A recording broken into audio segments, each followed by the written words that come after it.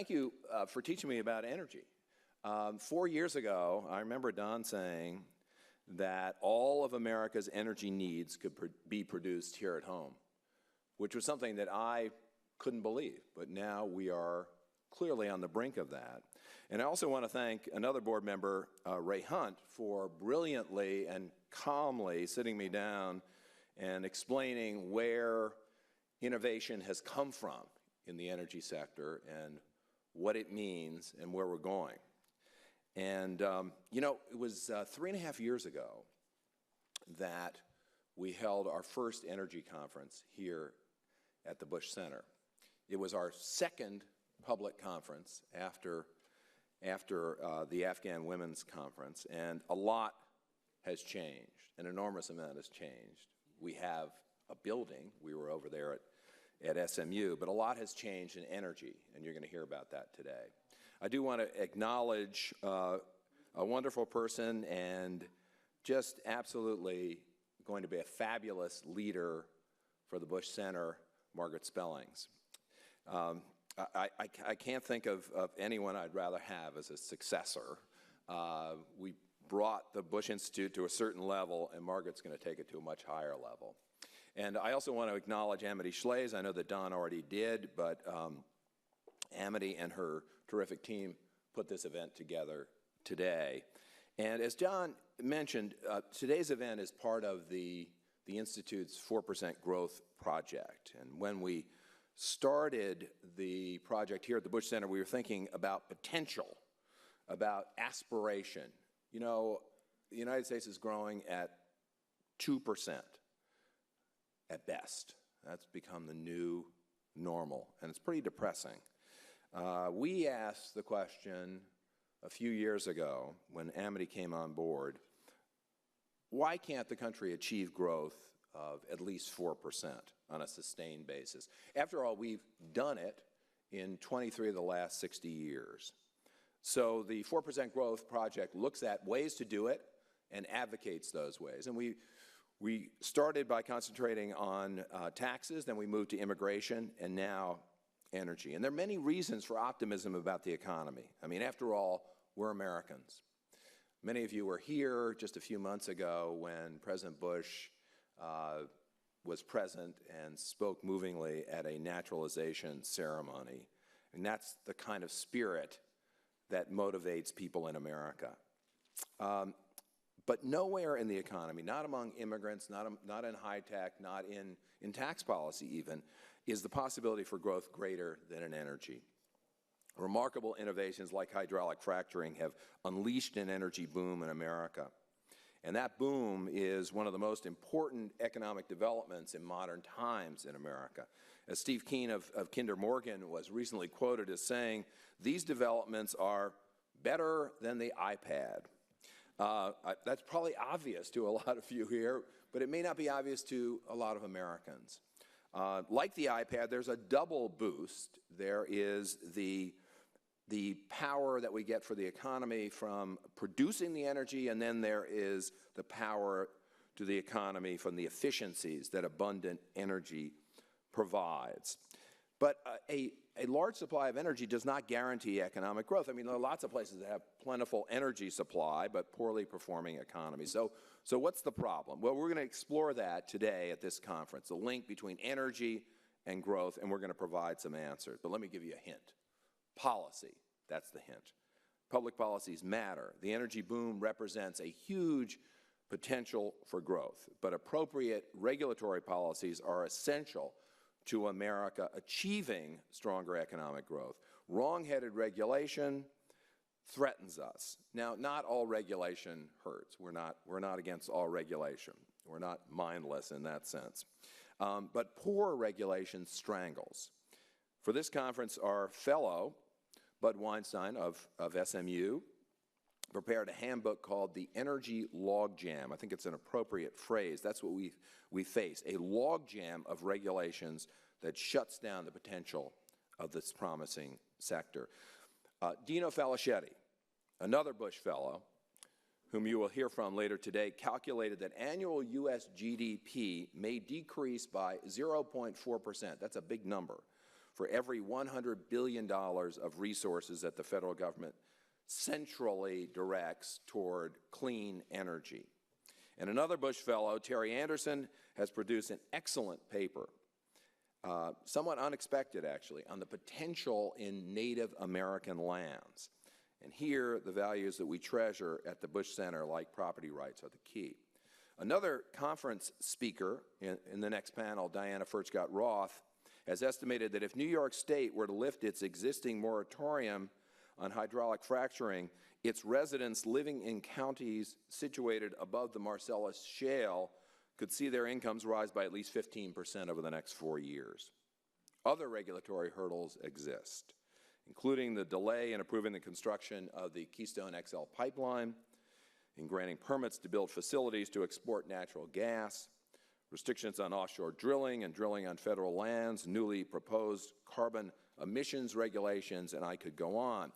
Yet, this regulatory logjam is not insurmountable.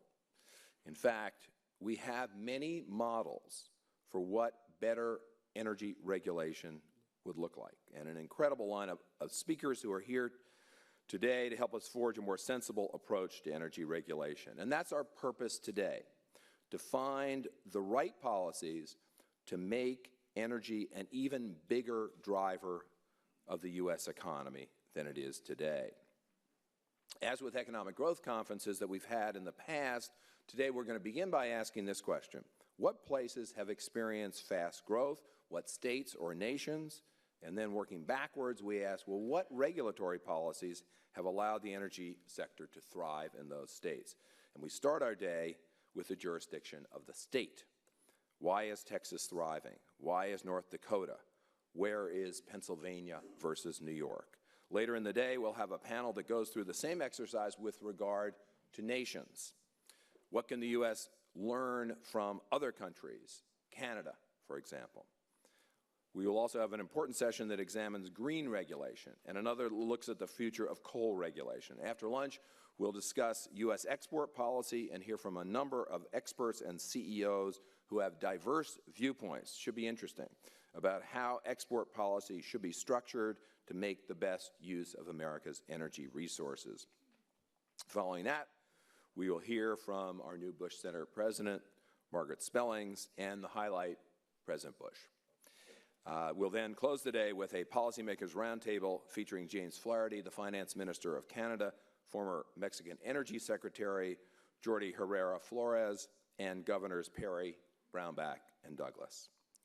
So now I'd like to introduce our first session, the record of growth and regulation in the states. America has experienced, as I said, slow, sluggish, 2% growth over the last 6 years. But the good news is that many states have had much faster growth. One common theme among these fast-growing states like North Dakota and Texas is that they have thriving energy sectors. Here at the Bush Center, we talk about 4% growth, but North Dakota has shown in recent years 8% annual growth is possible.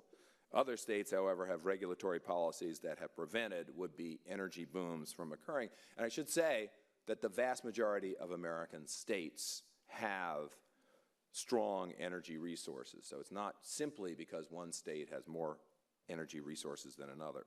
On this panel, state scholars and leaders will discuss the impact that separate and distinct regulatory policies will have on energy sectors throughout the country. Moderating is Karen Harbert.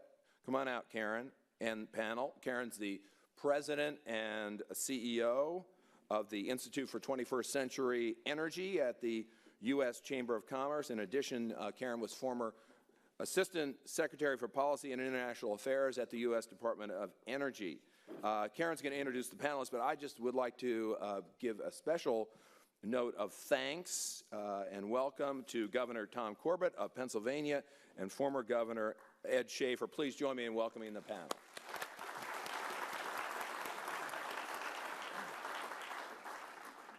Well, good morning and welcome, everyone. Thank you, Jim, for that nice introduction. And I really want to applaud the President, Jim, and incoming or current Leader Margaret Spellings for focusing on energy. It is so truly important to our country. And I think I would like to have my old job back under old leadership because When we had our turn at the wheel, energy was still considered part of the problem. And now we know that energy is actually becoming part of the solution. Before we start, let me just note that there was going to be another chair up on this dais, Commissioner Craddock from Texas, who unfortunately fell ill last evening, but she did want me to express the following thoughts. I would like to express my sincerest apologies that I cannot be with you all today for an enlightening discussion on energy regulatory policy and its effect on U.S. economic growth.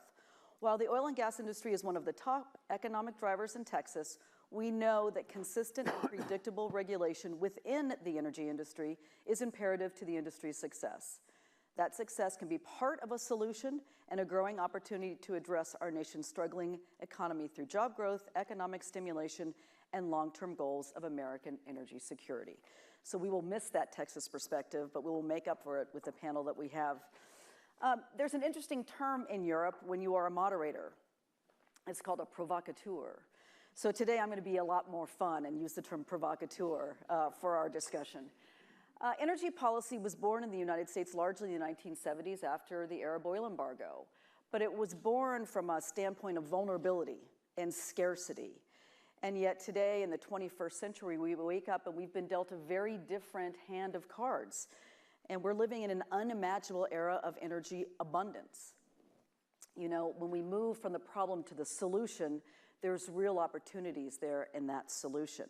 We know that we have, with current technology, maybe more than 120 years worth of natural gas, more than 200 years worth of coal, more than 400 years worth of these resources, 200 years worth of oil in this country. I mean, it's unimaginable to be able to be talking from that position of strength. And that's been brought about by entrepreneurship, American technology. And as Don Evans just said, we are an energy superpower. But we have to ask ourselves, do we have the fiscal policies, the legislative framework, the regulatory framework to be able to sustain that, capitalize on it, and make it America's competitive advantage? I would submit to you that we're going to have to, because demand for energy around the world is going up. By 2040. It's going to go up by 56% around the world. And those resources are now flowing to the growing markets of Asia. So we're going to have to do a lot more here at home to be self-sufficient, to make ourselves competitive. And thank goodness we have the resource. By the middle part of this century, we have 9 billion people on this planet. 7 billion of those people are going to be living in cities that are going to consume a lot of energy. So we have to be doing more at home, and we have to have that attractive environment for those investments to occur. We know that we do have a lot of things going on right now. We did a study with IHS CERA, some of you may know that as Dan Yergin's firm, that documented that today in 2012, unconventional, the new stuff, unconventional oil and gas is currently supporting 2.1 million jobs. With the unemployment figures that we have today, think if we didn't have those jobs, we could be in double-digit unemployment. It's contributed last year $75 billion in government revenue, and by the way, we're broke. So that's a good news story, and we should be doing everything we can to expand that opportunity.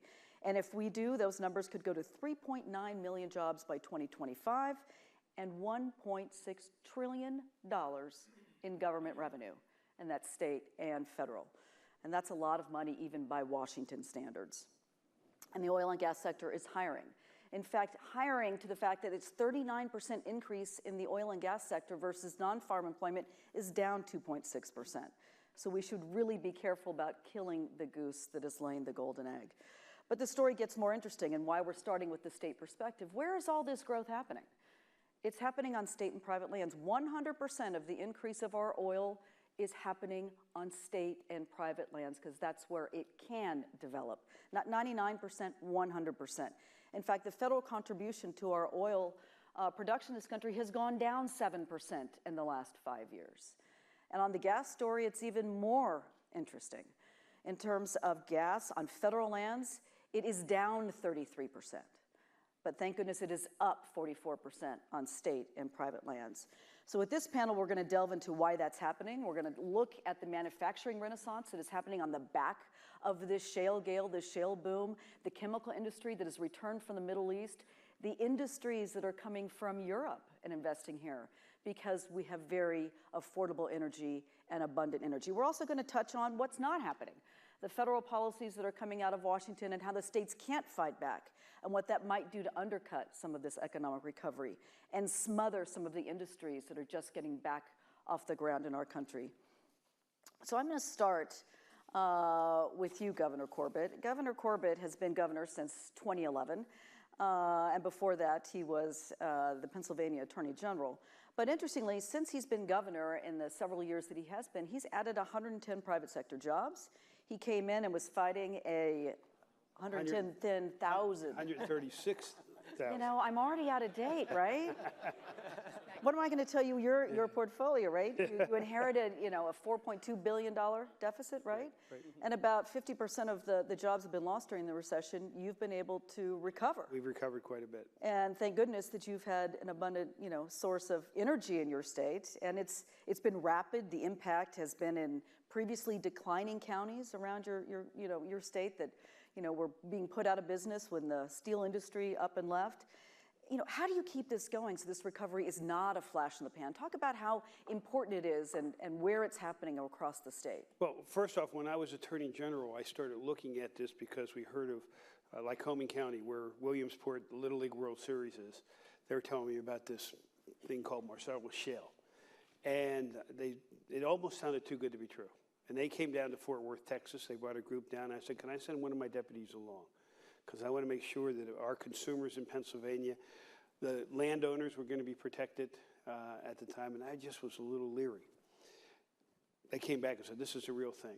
And so from that point forward, I have been studying it. And then when I became governor, I put together a commission of about 30 people, headed up by my lieutenant governor, legislators, people in the industry, people in the environmental field, community leaders, to study this and how do we address this as a state. Not leaving the federal government out of this, because we believe the states are the ones who are in charge of protecting their environment. We have the greatest concern about our environment. We came back with a number of recommendations, all of which were eventually passed into law, those for the legislative piece. We call it Act 13, and it covers three prime areas. One, on the environment. We have the toughest environmental regulations when it comes to this unconventional gas drilling. We've had gas drilling in Pennsylvania for over a century now. People don't know it, but there are shallow wells out there that are actually much more dangerous than the unconventional deep wells. The second area was zoning. We have so many municipalities. We actually have a law in Pennsylvania from our old oil and gas days that allows us to get the pipes and things moving. We reinstituted that, and that's the one piece that is being contested in the courts by some of the municipalities, that the state could be able to tell them what to do, and we keep reminding the municipalities they are a creation of the state. And we're looking at, you know, the better good of everybody in the state. And then the third area was, and the cry when I walked in my predecessor, we need to tax this. You know, the immediate, this is good, we need to tax it, which I always think is going to harm development, particularly in its early stages. And I refused a tax. And I will tell you, for all the Texans, I can't tell you, if I had a dime for every time somebody said they even have a severance tax in Texas, my retirement would look pretty good. And I said, yes, but they don't have a corporate net income tax. They don't have a personal income tax. Their sales tax is different if they even have one. And we make up the difference. But we did address the fact that you do have an impact when you're going in there and doing the drilling and moving the pipelines through. We created an impact fee, similar to the trash industry at the landfills. We share that money. 63% goes back to the counties and the municipalities. The rest is at the state, but it's all used for gas-related and safety-related issues. That's looking at the long term.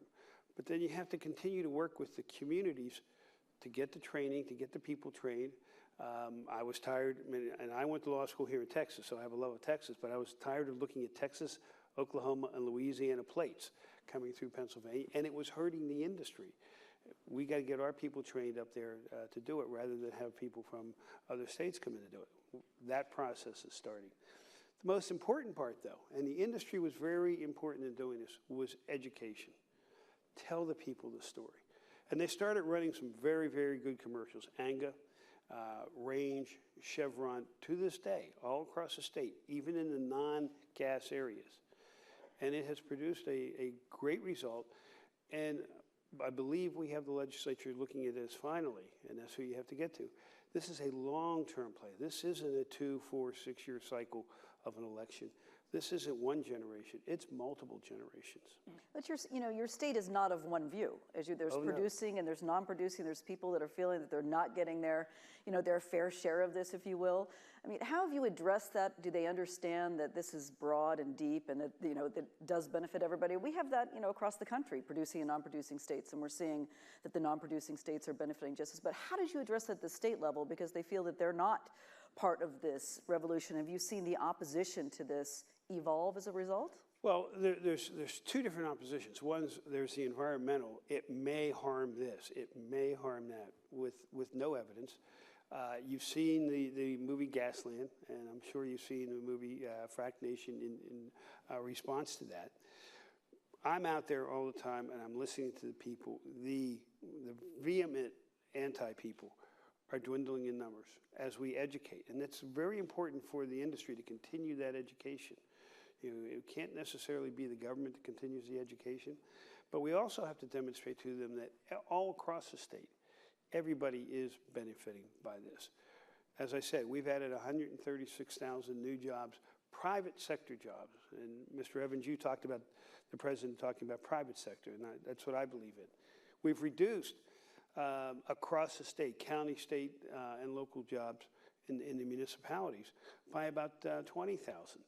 To me, that's a net positive because they're shifting over to jobs that are being paid for by the private sector. That is growing.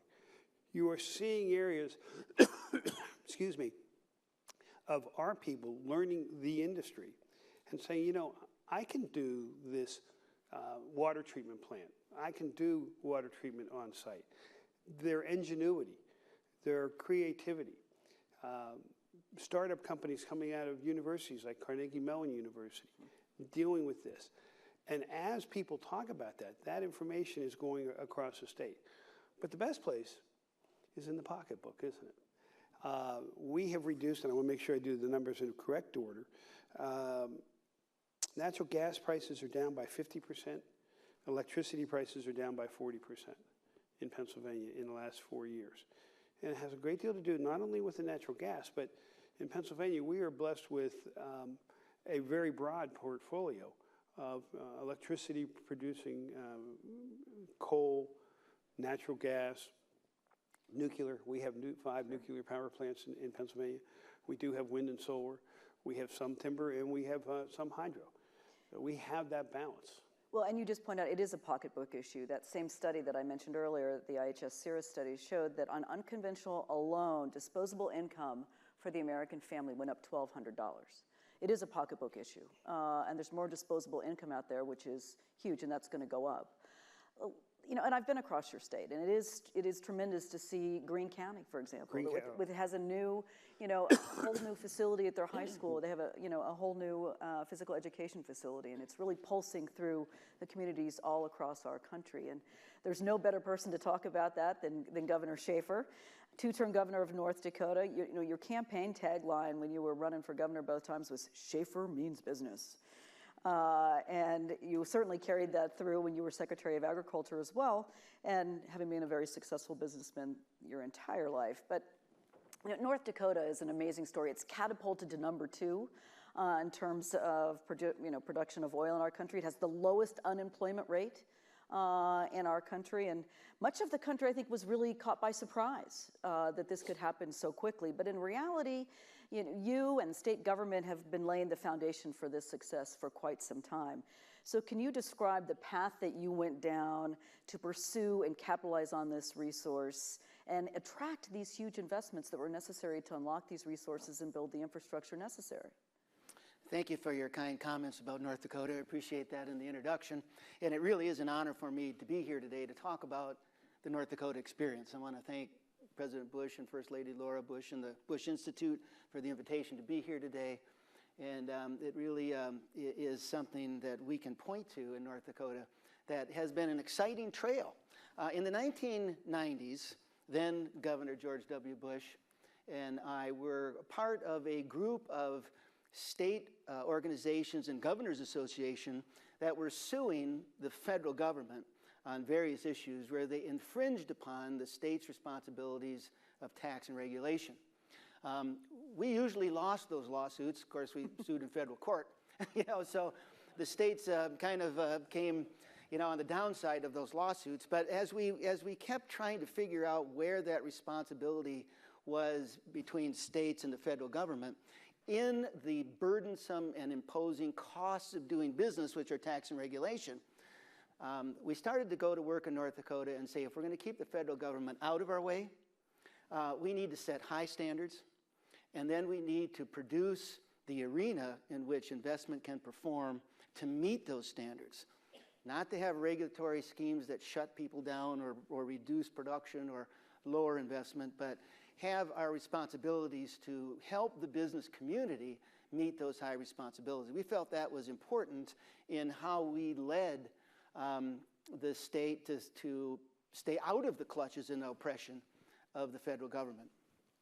As we looked at that and said we need to unleash the vast economic power of natural resources in North Dakota, our agriculture and energy sectors became very important to us. We had to figure out how to seek investment in North Dakota. We were kind of known as a cold, isolated, kind of quiet state, maybe the gateway to the Arctic, and while we had, huge agriculture production, we saw an opportunity in energy. And so we created what we called an arena of performance. And that arena of performance said we are going to be mindful of our tax and regulatory policies that affect the costs of doing business. We want people to invest in North Dakota. And when they invest in North Dakota, to seek a reasonable rate of return so that it seeks more investment. As that generates economy, as Secretary Evans mentioned earlier, the private sector generates the economy and the jobs and the careers in our state. As that started to happen, we wanted to make sure that the increased economic activities were such to where it increased our revenues, which then allowed us to invest in education and health and safety for our citizens. So we wanted to keep everything in proper balance.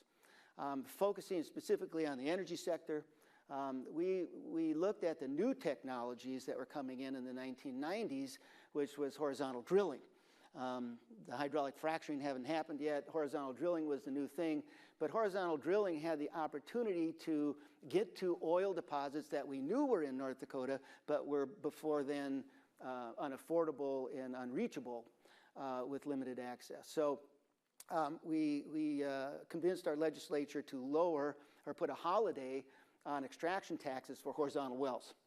And as we did that holiday on extraction taxes for horizontal wells, we saw the activity start to increase. Leasing of minerals happened, capital formation was going, economic activity was starting to move in the state. And as we watched that trend, then in 1997, we were able to convince the citizens of North Dakota to support a permanent holiday on that extraction tax.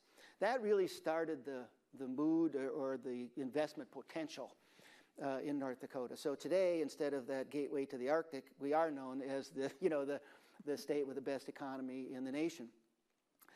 As the private sector started to invest in North Dakota, we wanted to be sure that we nurtured that responsibility, that we took it very strongly to create the opportunities for the people of North Dakota. I think it's really important to note that how tax and regulatory policy can affect investment in any economic sector in this country and certainly in our states. We were able to seek that without destroying the environment. We didn't abandon our responsibilities for clean and safe neighborhoods in North Dakota in the effort to say, let's just produce the energy and it doesn't matter what happens. We were able to install those high standards. We encouraged our business community to meet them.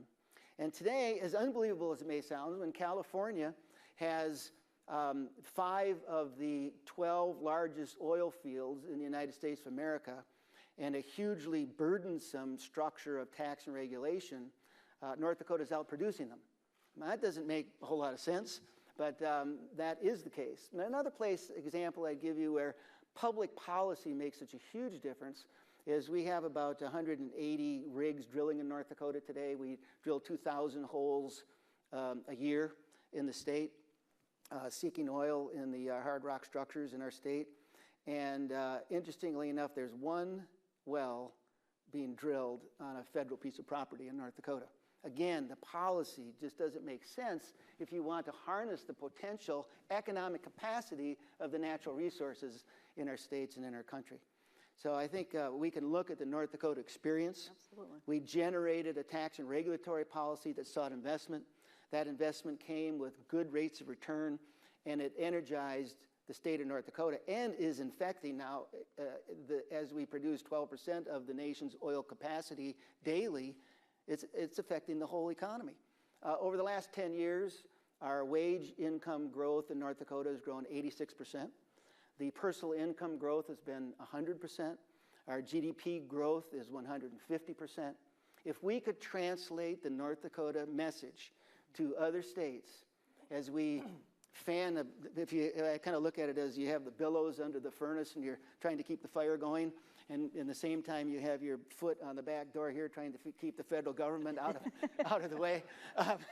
If we can continue to translate this North Dakota experience to other states, I'm fully confident that we can unleash the power of our natural resources in this country to economic strength and power to help North Dakota and the United States' economy outproduce anybody in the world. Well, you're absolutely right. And your note about California, I think, is important.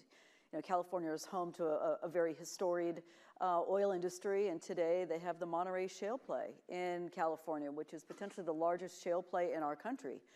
And that is a very inconvenient truth for a lot of people in California. But if they were able to exploit that resource, think about, Governor Jerry Brown would be sitting in a very different position in terms of his budget deficit and in terms of the people exiting and the industries exiting California to go to other places where there's more affordable energy. But let me ask you, there's 13 federal agencies right now looking at regulating fracking because it's been so successful, I want my piece, right? So you look at that, and you look at North Dakota, and if the federal government, when you started this, had been in there and regulating how things were going to happen, would it have happened? No, simply no.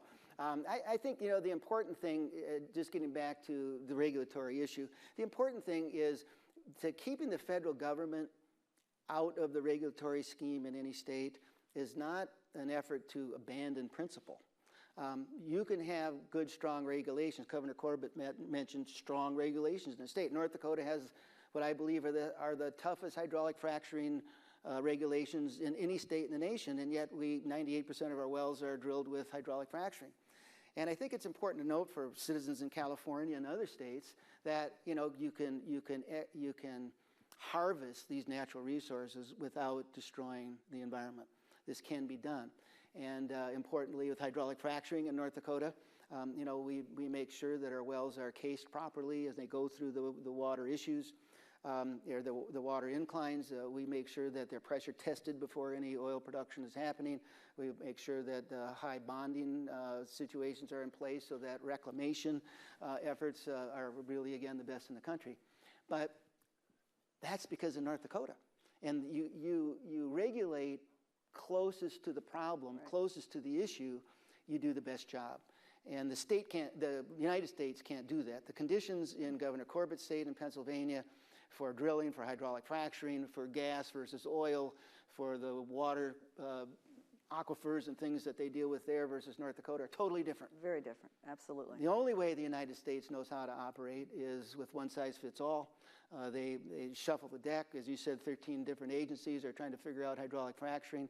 They're putting down road restrictions. They're doing air quality measurements. They're doing tank sizing and strength. They're trying to put all these regulations. What it does is it increases the cost. It increases the cost of production. And when you increase cost of production in a cyclical economy, your danger is reducing that economic output. And so we, very much, I very much believe that the federal government in charge could not have directed or overseen this huge investment in the state of North Dakota and the economic productivity that we've seen that come from it. And we've really got to bring those lessons forward into the national debate, because the federal government is the largest landowner in our country, and they own a tremendous amount of natural resources. And yet, when you take onshore and offshore resources, 85% of those are off limits for exploration production, and those are going to be regulated. We're going to have to strike that balance and regulate closest to the resource so that people in North Dakota are regulating those resources rather than somebody on the third floor of EPA, which doesn't have a good window into what's happening probably in North Dakota. So we've got two practitioners, and now we've got two deep thinkers, and hopefully that they are together on this, right? Deeper thinkers. You have a new tagline now. So, yeah. Already over my head. So Diana Furchtgott-Roth, she was the former chief economist at the Department of Labor and chief of staff to the White House Council of Economic Advisors to President George W. Bush, but you also served there under President Reagan as well. And she's now at the Manhattan Institute. And you recently wrote a book, right? Regulating to Disaster. Right. So talk about how do we avert that disaster, and are we on the precipice of disaster with the tsunami of regulations we are seeing, come out of Washington? Well, it's right here, regulating to disaster. It makes a great birthday present, Christmas present. You can easily get it on Amazon.com. And it describes how basically the federal government is intrusive in many ways in regulation, but that in the end, the jobs and the economic activity are being created by fossil fuels. And it was really interesting. I walked downstairs from my hotel room, looked at the Wall Street Journal headline, "Plan to curb new coal plants," right on the very front of the newspaper. So it's not like the federal government is learning from its experience. They continue to try to make energy more expensive. And it's just, if you read below the headline, it's not just the coal plants, it's also the natural gas-fired coal plants. And what we really need to do is, as the governors have said, devolve this to the states. Just this year, I wrote a paper called "The Economic Effects of Hydrofracturing on Local Economies," where I looked at the economies of Pennsylvania and New York, which both share the Marcellus Shale. And there are data on number of wells drilled per county in Pennsylvania. And you can also get data on employment by county. And you can get data on economic activity, the equivalent of GDP by county. And what we saw is between 2007 and 2011, the latest data available, per capita income rose by 19% in Pennsylvania counties with more than 200 wells, by 14% in counties with 20 to 200 wells, and by 12% in counties with fewer than 20 wells, but that still had some wells drilled. And you can impute this level of economic activity to New York. And if all these New York counties that are over the Marcellus Shale, if they had the average in Pennsylvania that was 52 wells, then they would have $5.5 billion more in income over the next 4 years from when they started drilling. If they just had 20 wells, they would have about $4 billion more in income. And if they had the maximum number of wells drilled in any Pennsylvania county, the maximum was about 400 wells, they would have $8 billion more in income. And that could really help Governor Cuomo with his deficit problems. I would say so. If you take that up to the federal level, and let's say we enact policies or regulations that constrain either the production of this unconventional energy resource, or we make it more expensive through regulation, we stand to lose in 3 years 1.4 million jobs in this country. That's what's on the table, and that is within a political cycle to even think about. By 2025, which is not that far away, it's 12 years from now, we could actually lose 2.7 million jobs if we make this practice more expensive or more difficult to do. So the real things on the table. Do you think that states around the country are internalizing this in terms of the economic opportunity? Are enough people categorizing this in terms of economics and what this means for the resurgence of so many industries across our country? Well, of course, they are, and many of them want to use their resources. But if they're located on federal lands, the permitting process is just very, very complicated and very lengthy. I mean, Virginia wants to explore its resources offshore, and the permits were canceled. Right after the Deepwater accident, the permitting slowed down in the Gulf, and it still has not reached its original levels. So when states want to use their resources, and they want to create jobs, and they want to attract manufacturing back to their states, they have to go through this lengthy permission process. And as the governor said, there was only one well drilled in North Dakota that was on federal land. I mean, imagine if there'd been more federal land in North Dakota. Then the economic renaissance wouldn't have happened, and the unemployment rate wouldn't be at 3%, the lowest in the country. No, you're absolutely right. And as we look at this, we know that every industry needs some regulation. So from an economic point of view, is there a way to know when there's too much regulation? I mean, is there a tipping point in terms of looking at this, that we know when we have too much versus not enough regulation? There are many people who do very sophisticated cost-benefit analyses of regulation. And one thing that Congress should do is pass the Regulatory Accountability Act that was proposed by Senator Portman that requires a cost-benefit analysis of regulation and the data be made public for any rule. And right now, the federal government is passing regulations, breaking them down into small parts under $100 million so that they don't have to do a proper cost-benefit analysis rather than looking at the entire regulation. But the most sensible way is to devolve anything that we can to the states and let the states take care of it. And even if things like the Highway Trust Fund, which right now we take all the gas taxes in the United States, we take them to Washington, then Washington sends it out to the states with different restrictions. And even though only 2% of Americans ride public transit, 20% of the funds sent back to the states have to be used on public transit. It's just absurd. We should end this fund. We should have the states set the gas taxes, collect the gas taxes, build their own highways. And the same with other kinds of regulation. It doesn't make sense doing it from Washington, especially not when it comes to energy exploration. Well, we wholeheartedly agree. We've supported that legislation, so that was a shameless platform for all of us to agree on this, right?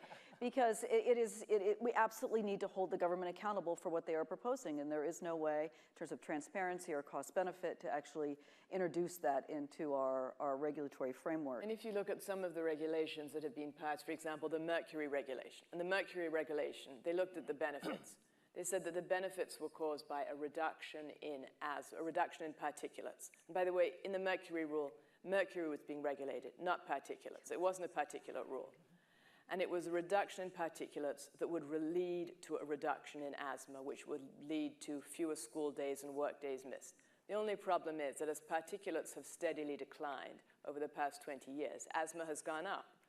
And if you look at the Centers for Disease Control website and you look at asthma, it says they don't know why asthma has gone up. They don't pin it on particulates. So the whole of the benefits of this mercury rule that's imposing billions of costs on our energy industry is just ludicrous. It's non-substantial. It doesn't hold water. So we've heard we need states to lead in terms of the regulatory process. We've heard that fiscal policy really does matter. We've heard about accountability and transparency in the system that can work for you or against you, which is working against us in many cases. Let me turn it over to Michael Orlando. He's the owner of a consultant and advisory firm called Economic Advisors.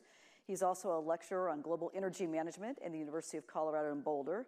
But you also served as vice president of the Federal Reserve in Denver. Michael, we've decided that the purview is really the states. Mm-hmm. This is where it belongs. They're closest to the resource. They have the best handle on all of this. As this is quickly evolving, many states are updating, renewing their legislative and regulatory framework. Give us a sense of the variety of the approaches that are out there, because they do sort of span the horizon of how you approach this.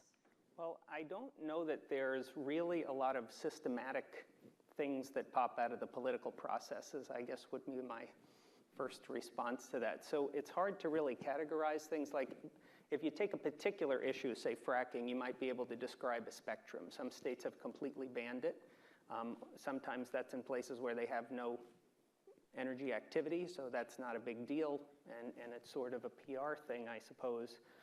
Other states have moratoriums, so there's sort of temporary bans, and then more towards the permissive end of the spectrum, you move into states that have information disclosure, but there's really, since they don't feel there's much science behind what the risks are, then there's no specific rules ruling it out. And then on the other end of the spectrum, there's some states that have no rules whatsoever, so there's no information disclosure requirements. But if you go to other aspects of energy regulation, setback rules from drill sites, pre-testing of water, I really think it more reflects the political reality that the folks here on the platform with us who are in the trenches have to deal with. You're dealing with, as a policymaker, you're trying to figure out, I've got, this broad group we call stakeholders. And frankly, I believe that a lot of folks are stakeholders in these types of businesses. This is much different than me selling lemonade on the corner. My decision to engage in a big industrial activity in a residential area does have implications for folks. So everyone agrees we need some degree of regulation. But the real challenge for the regulators is sorting out the stakeholders from the rent seekers. The stakeholders are just trying to defend their piece of the pie, which is a fair thing to expect. And the rent seekers, we often characterize all of these folks as rent seekers. The rent seekers are the ones who are trying to get someone else's piece of the pie. So the real challenge, I think, for the policymakers is to distinguish between those types. And I've tried to think about whether there's any sort of systematic typology of regulations state by state or types of regulation spectrum. There really isn't. It's really a hodgepodge. So what I try to do is focus much more with my clients, both on the government side and the industrial side, on process matters, on distinguishing between the rent seekers and the stakeholders and taking those stakeholders very seriously. For policy, interestingly, or maybe not interestingly is the better way to put it when you're talking about regulation, I think actually when I look across states, the place that needs the most attention and effort from a policy standpoint is actually administrative rules. It's more what rules are in place to require folks. Diana just mentioned at the federal level a proposal to require cost-benefit analysis. Well, at the state level, that is there to very varying degrees from state to state.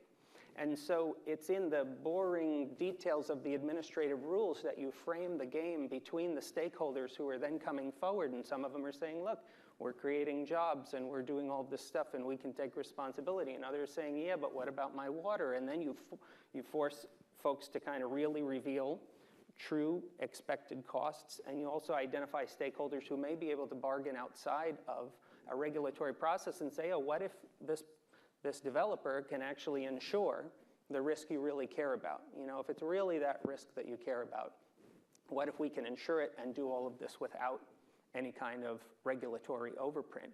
Then you can start to have basically the free market solving these problems through bilateral bargaining, but what you're essentially doing is using administrative law to more clearly delineate property rights so that all of the parties can actually bargain much more transparently and effectively. By the way, when you say stakeholders, are you also including residents of the state who benefit from lower electricity prices? I'm including anybody who is not in the bargain of I need cement and you sell cement. And so everybody else who is either a consumer of getting low energy prices, who is a bagel shop owner who's going to sell a snack to a worker during lunchtime, these are all the stakeholders. And those everyone's a stakeholder then. They all have to be, well, everyone is not a stakeholder. But everyone consumes energy. You'll have some folks in very distant locales who just decide they don't like the idea of this thing, putting a lot of effort into stopping activity, say, in New York State. And they might not even be there, and it's not clear to me that those folks are stakeholders.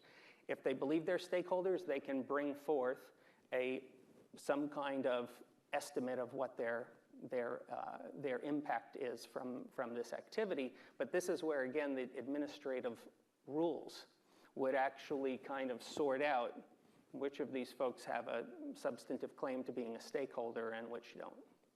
So having it at the state level, having it inclusive, but also to include the stakeholders, but not to include people that are in this for extraneous or unrelated reasons, right?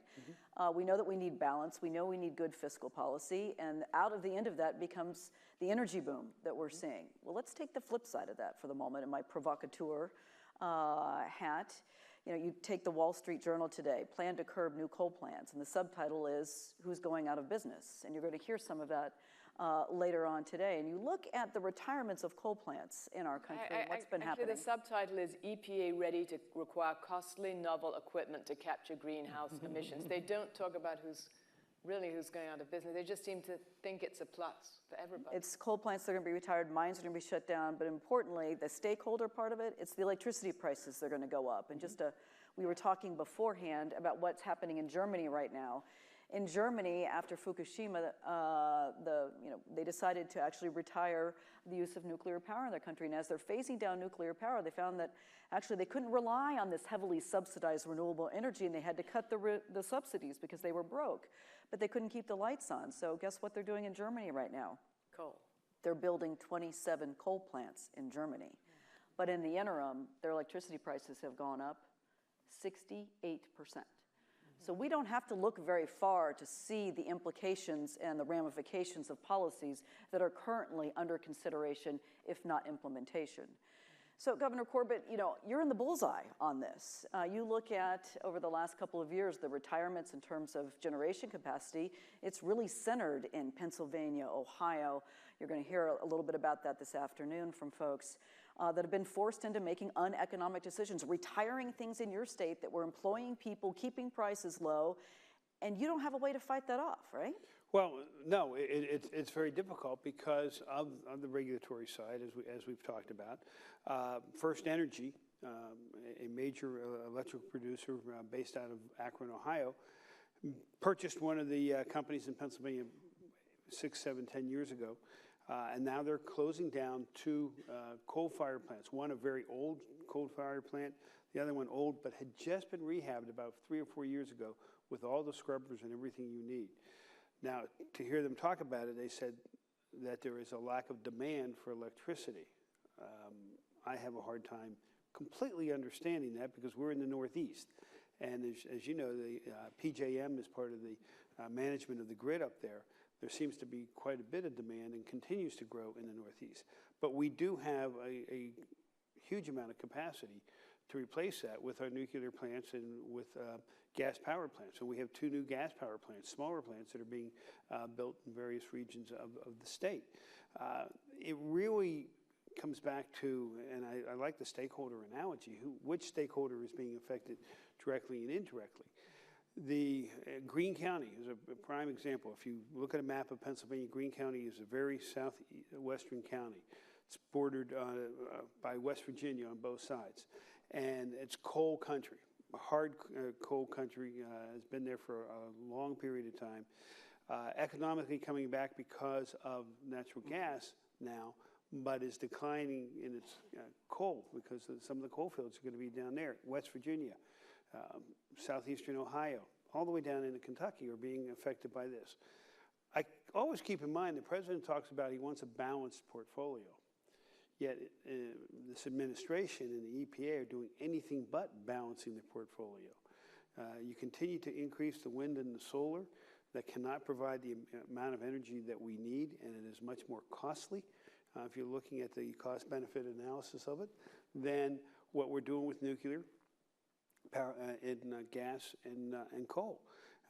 And I just don't quite understand that. And it's directly affecting the jobs in the Northeast, which is a tremendous center for us to get this electricity to the source where people are.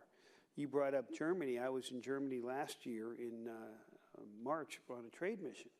And they were talking to me then, and this was soon after Fukushima. They were going to start moving production plants to the United States. And I was doing my sales pitch. I know Governor Perry goes around and he does his sales pitch. I'm doing mine. My location is 60% of the population in North America is within one long day's drive of Pennsylvania. We've got a great work ethic and workforce, and we have cheap energy. So come to Pennsylvania. We're all doing that as governors. We all compete.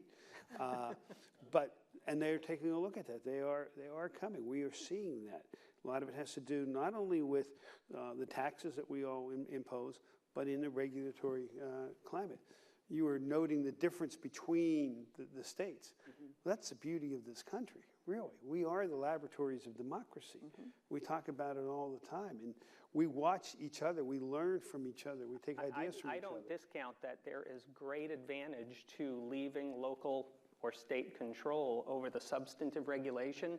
My concern is there's also in a lot of places, there's no requirement in the process of making decision-making for one party to even bother bringing a cost estimate. So this, you could, in some states, the requirement is just that you have to sort of bother showing up and saying you're affected, and then you have to be taken seriously. So I think the irony here is that while I completely agree you want, if 500-foot setback is right in North Dakota, I don't know if it's right in Colorado or Pennsylvania. Maybe it's different. Maybe water testing is different. These geologic basins are all sort of well-defined, and the watersheds that you're dealing with are all different, and a lot of them are contained within the boundaries of the states, which is very different than, say, just dealing with air pollution. So you got a much stronger argument for holding off feds in that regard.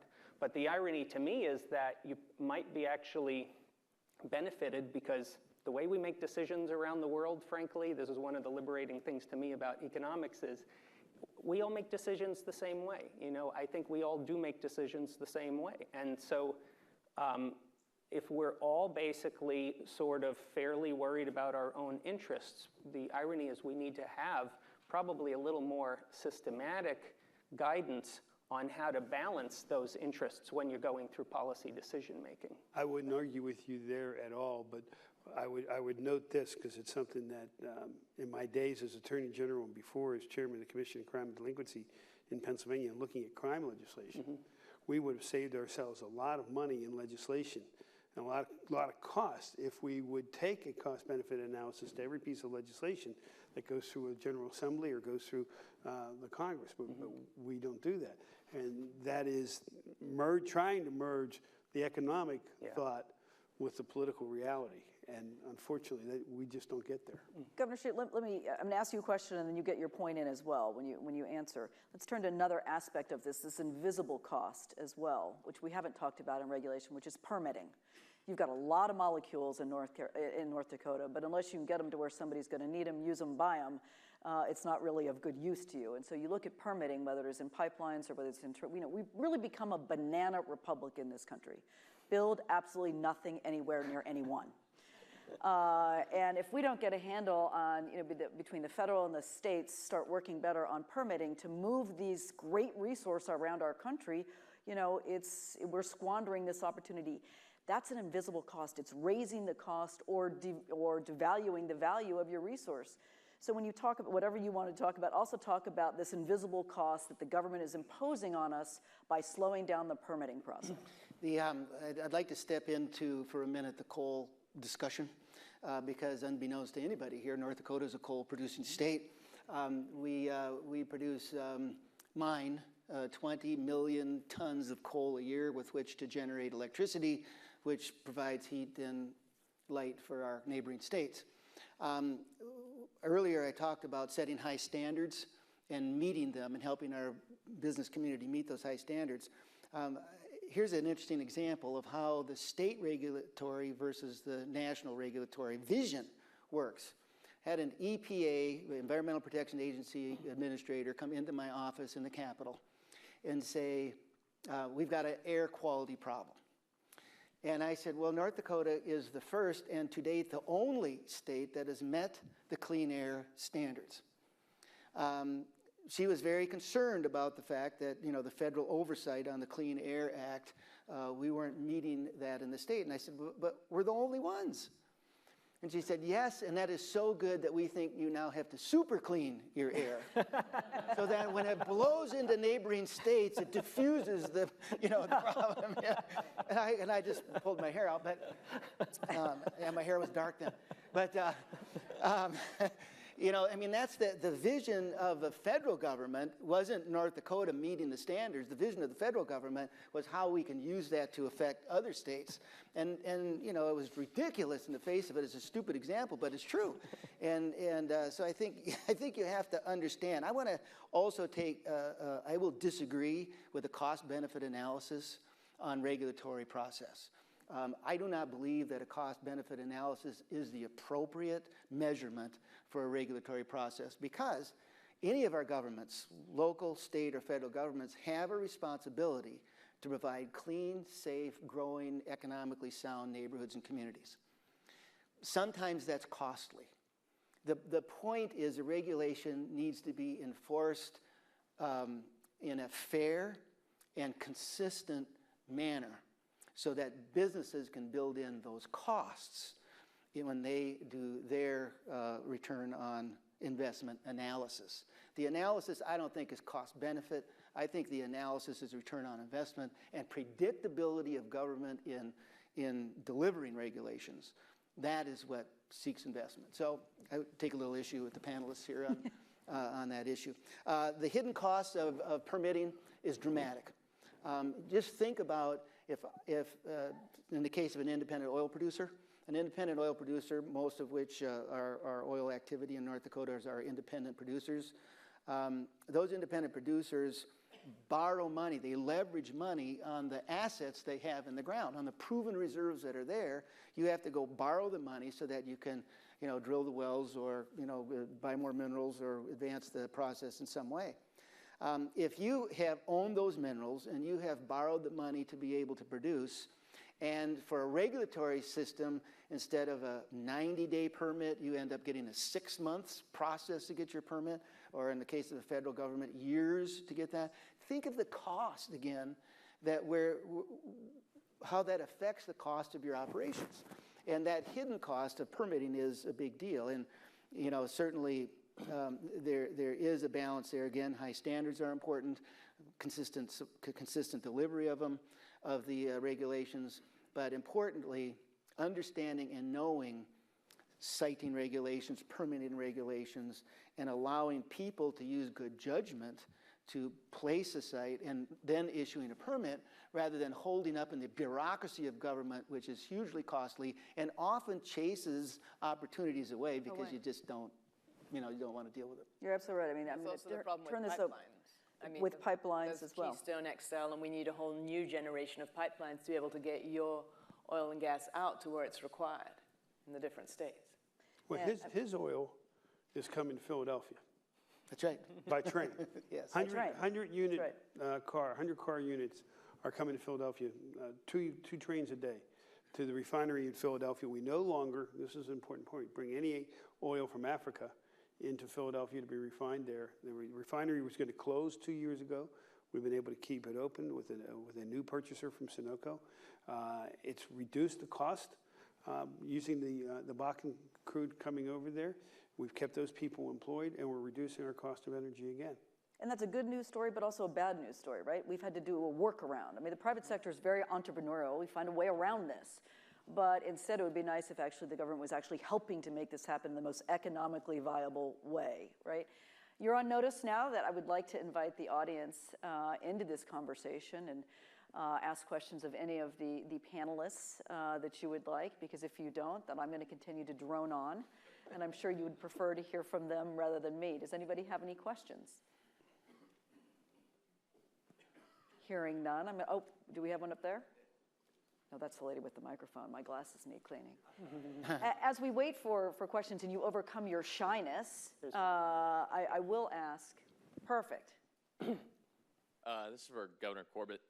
A regulation that Pennsylvania lacks, I guess, relative to other oil and gas producing states is around production data. I know that we're kind of getting in the weeds, but that lack of visibility for others that wish to enter into the E&P market in Pennsylvania. Can you talk a little bit about why Pennsylvania doesn't do that?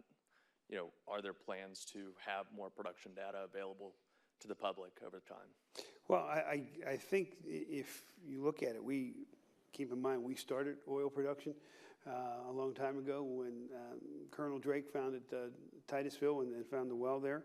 But historically, it hasn't been the case. I look at this, we're still in our basic infancy of the natural gas side of this. We are learning it, and I'm sure that we can certainly take that under consideration.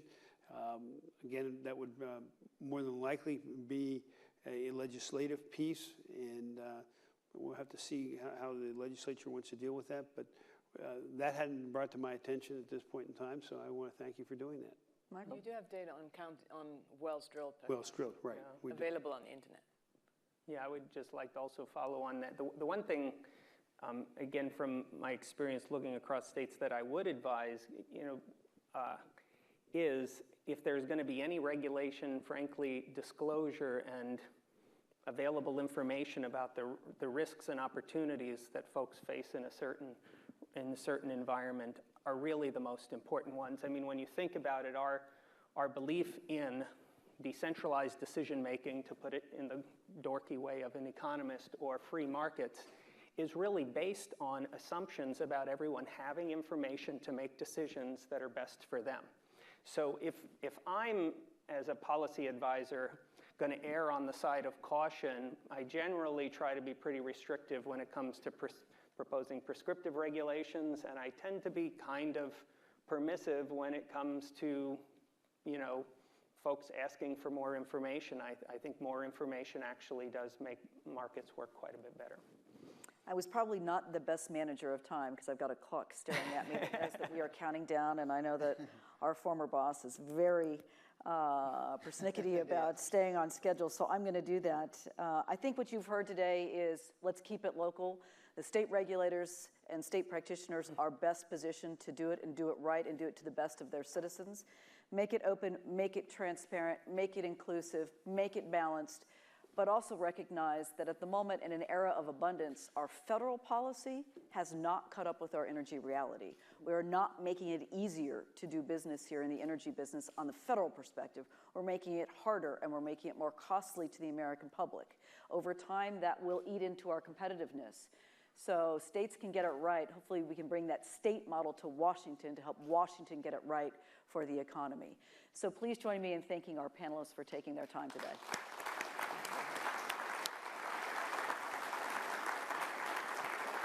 And Karen, thank you for doing such a good job moderating.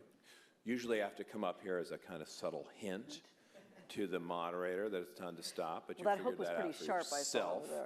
And thanks for your summary of the panel, and great job, panelists. I just, as I was sitting there, I realized that so we have panelists from Pennsylvania, Colorado, North Dakota, Washington, and sort of New York in Diana's case, although I think I know that Diana lives in Washington.